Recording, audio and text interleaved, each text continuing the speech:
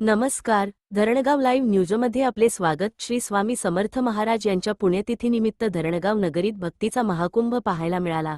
दिंडोरी प्रणित सेवा केंद्राच्या वतीने आयोजित अखंड नाम जप यज्ञ सप्ताहाची सांगता अत्यंत उत्साहात पार पडली. 9 ते एप्रिल 15 दरम्यान चाललेल्या या सप्ताहात श्रद्धा आणि आध्यात्मिक ऊर्जेचा जागर झाला.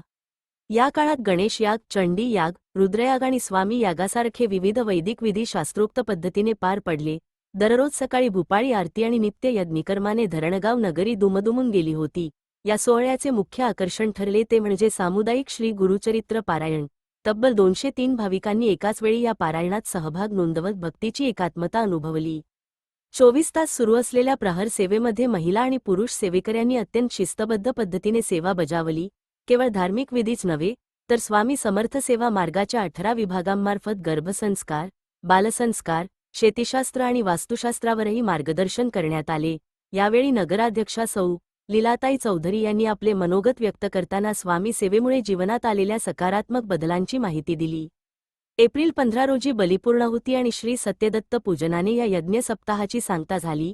यावेळी श्री स्वामी सेवा मासिक अंकासाठी सभासद नोंदणीचे आवाहनही करण्यात आले. धरणगावातील हा सोहळा संस्कार आणि समाजहिताचा प्रेरणादायी दीपस्तंभ ठरला आहे.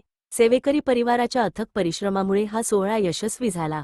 अशाच ताज्या आणि स्थानिक घडामोडींसाठी पाहत रहा धरणगाव लाईव्ह न्यूज.